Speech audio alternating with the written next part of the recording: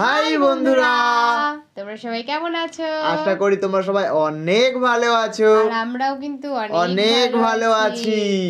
তো যারা আমাদের চ্যানেলটাকে এখনো সাবস্ক্রাইব করনি, প্লিজ প্লিজ প্লিজ সাবস্ক্রাইব করে দিও। আর যারা সাবস্ক্রাইব করেছো তাদেরকে অসংখ্য ধন্যবাদ। সত্যি তোমরা আজকে না থাকলে আমরা এই পর্যন্ত আসতে পারতাম না গাইস। পুরো ক্রেডিটটাই তোমাদের গাইস। তাই তো আগে সবাই আমাদেরকে কিন্তু কমেন্টে অবশ্যই জানিও তোমরা সবাই কেমন আছো এই শীতে। আর তোমাদের ঠান্ডা কিরকম পড়েছে গাইস সেটা আমাদেরকে কমেন্টে জানিও। পিঠে কি খাওয়া হলো? অবশ্যই। এখন সবার মধ্যে পিঠে খাওয়া আছে, সবাই খায়, আমার তো ফেভারিট একদম। তো কারা কেমন কি ব্যাপার, কি খেয়েছো, কি কি পিঠে খেয়েছো আমাদেরকে জানিও, সেটা জানিও গাইস। আজকে থাম্বনেলটা দেখে তোমাদের অবশ্যই খুবই মানে ইন্টারেস্টিং, কি এটা সবার জন্য সুখবর, একটা সুখবর নিয়ে আমরা চলে এসেছি। আর থাম্বনেলটা দেখে তো তোমরা বুঝেই গেছো কিসের উপরে ভিডিওটা হতে চলছে। তো তোমাদেরকে আমাদের টাইটেলটাকে জানাই। অবশ্যই। আজকে টাইটেলটা হচ্ছে সুখবর পেলেন ইমাম মুয়াজ্জিনরা। ওকে, কিসের সুখবর সেটা আমাদের ভিডিওর ভিতরেই আছে। কিসের সুখবর পেয়েছে, ভালো সুখবর না পেলে তো এরকম কোনো ব্যাপার নেই। অবশ্যই। তো আমাদের ফুল ভিডিওটা তোমরা আমাদের ডেসক্রিপশন বক্সে পেয়ে যাবে, চেক আউট করে নিও, ওখান থেকে চেক আউট করে নিও তোমরা। একদম তাই। তো চলো আজকের ভিডিওটি শুরু করা যাক। বাংলাদেশ সৃষ্টির পর থেকেই চরম বৈষম্যের শিকার হয়ে আসেন দেশের ইমাম মুয়াজ্জিনরা। রাষ্ট্রের প্রতিটি ক্ষেত্রে সরকারের নজর থাকলেও সেই নজরের বাইরে ছিলেন তারা। মসজিদ কমিটির দেওয়া অল্প কিছু বেতনের ওপর নির্ভর করেই জীবিকা নির্বাহ করে আসছেন লাখ লাখ ইমাম মুয়াজ্জিম। তবে এবার দেশের ইমাম মুয়াজ্জিমকে সম্মানী ভাতা দেওয়ার সিদ্ধান্ত নিয়েছে অন্তর্বর্তী সরকার। কিন্তু কত টাকা সম্মানী ভাতা পাবেন তারা, বিস্তারিত জানাচ্ছেন আরিফ হাসান। কিভাবে একজন ইমামকে আপনারা ৫,০০০ টাকা বেতন দেন? ৫-৬ টাকা দিবেন? ঢাকা শহরের কাজের বুয়াদের বেতনও ৫-৬ টাকা নাই অনেক বাসায়। চাউলের টাকা জোগাড় করা অত কঠিন হয়ে যায়।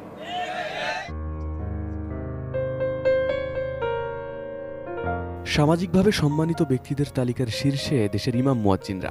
তবে দুর্ভাগ্যজনকভাবে বাংলাদেশ সৃষ্টির পর থেকে রাষ্ট্রের পক্ষ থেকে তাদের জন্য কোনো বেতন ভাতা প্রদানের উদ্যোগ গ্রহণ করা হয়নি। বর্তমানে দেশের লাখ লাখ ইমাম মুয়াজ্জিনের বেতন মূলত মসজিদ কমিটির তহবিল থেকে প্রদান করা হয়। তবে এই বেতন অত্যন্ত সীমিত, ১,৫০০ টাকা থেকে শুরু করে সর্বোচ্চ ৫-৬ হাজার টাকার মধ্যে। ফলে সামাজিকভাবে সম্মানিত হলেও উচ্চ দ্রব্যমূল্যের এই যুগে টানাপোড়েনের মধ্যে জীবনযাপন করতে হয় তাদেরকে।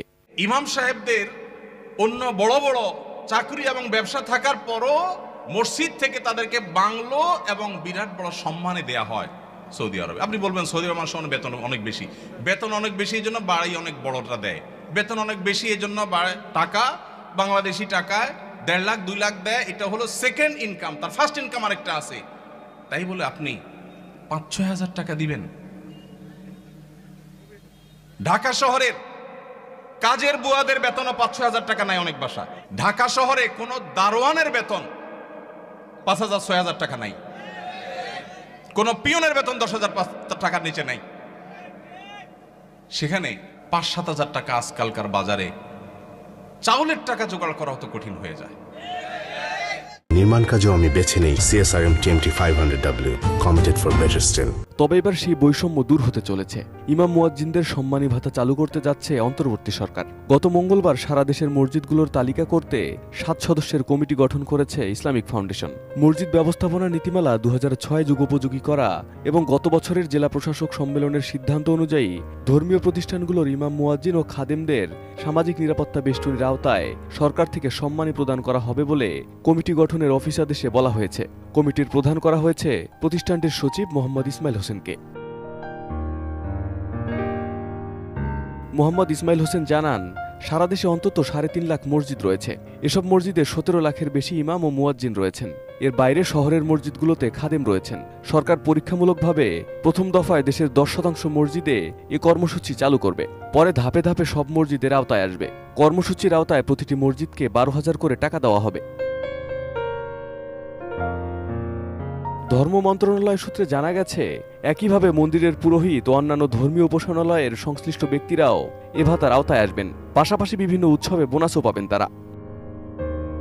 Arif Hasan, ATN news.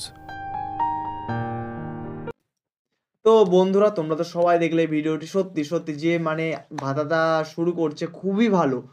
মানে এটা করা উচিত, কেন আজকাল সব দেশে ভাতা দিচ্ছে, সমস্ত কিছুর উপরে ভাতা দিচ্ছে, তাহলে এরা কেন বাদ যাবে, এরা কেন পিছিয়ে থাকবে? আর এর থেকে একটা জিনিস আমার খুবই ভালো লাগলো যে সব ধর্মদের সবাইদেরকে ভাতা দেয়া হবে, এমন না যে কখনো একটাকে দেখেনি, সব ধর্মকে দেখেছে অবশ্যই। অ্যাকচুয়ালি সেটাই তো উচিত। মসজিদেও যেমন সবাই কষ্ট করে, মন্দিরেও তেমন কষ্ট করে, কেউ যারা খ্রিস্টান তারা সেখানে গিয়েও খুব কষ্ট করে, কষ্ট না করুক, সারাদিন তো যেগুলো করতে হয় আর সেগুলো তো করে। অ্যাকচুয়ালি ওটা দেয়াটা অ্যাকচুয়ালি ওদের ওইটা দেয়া উচিত, আশা করি উচিত।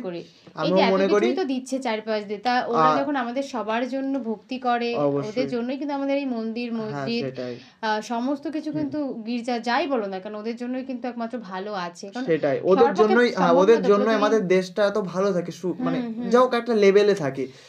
কিন্তু ওদেরকে যদি কেউ না দেয়, ওদেরকে যদি কেউ না সাহায্য করে, তাহলে তো হয় না। আজকালকার দিনে 5-6 হাজার টাকা কিচ্ছু হয় না, সেটা আমরা জানি, প্লাস তোমরা জানো 5-6 হাজার টাকা আজকাল কিচ্ছু হয় না।